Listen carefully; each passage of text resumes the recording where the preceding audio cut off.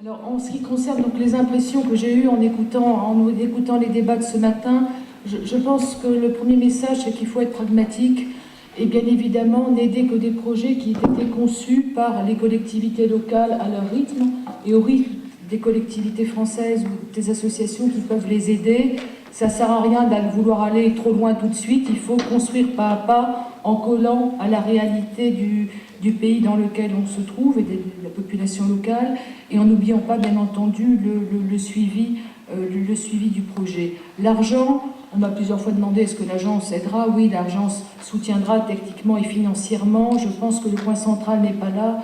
Le point central est bien de trouver ces projets conçus par les populations locales.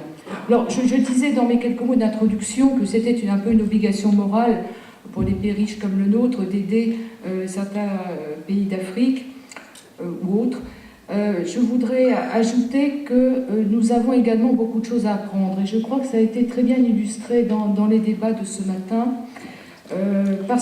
Qu'est-ce qu'on apprendra? Eh bien, en envoyant des personnes sur place, je pense que le regard que l'on porte sur l'eau et sur nos problèmes sera modifié. Le hasard fait que j'ai vécu moi-même enfant, 8 ans, à Ouagadougou, qui est la capitale du Burkina Faso. Alors c'est bien simple, j'habitais là-bas d'octobre à mai, pas une seule goutte d'eau d'octobre à mai. La température était stable, à 40 degrés à l'ombre. Et écoutez, il n'y avait pas beaucoup d'ombre.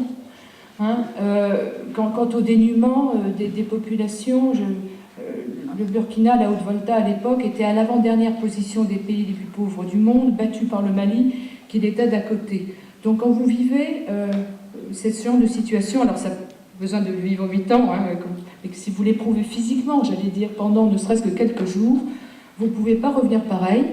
Et je pense qu'en revenant, vous allez non seulement continuer à trouver les quelques crédits nécessaires pour continuer des coopérations, vous allez poursuivre ces coopérations dans la durée et vous allez essayer d'expliquer aux autres collectivités à côté de vous et aux autres associations de faire la même chose. Donc mon message, c'est qu'il ne faut pas hésiter à s'engager. Vous pouvez commencer petit et ça grandira au fur et à mesure. Et vous pouvez aussi participer au Forum de l'eau à Marseille parce que vous apprendrez beaucoup, j'espère, en participant à ce forum et en regardant les solutions qui ont été trouvées par d'autres. Je vous remercie de votre participation et je vous souhaite une bonne continuation des travaux pour cet après-midi. Merci. Merci beaucoup.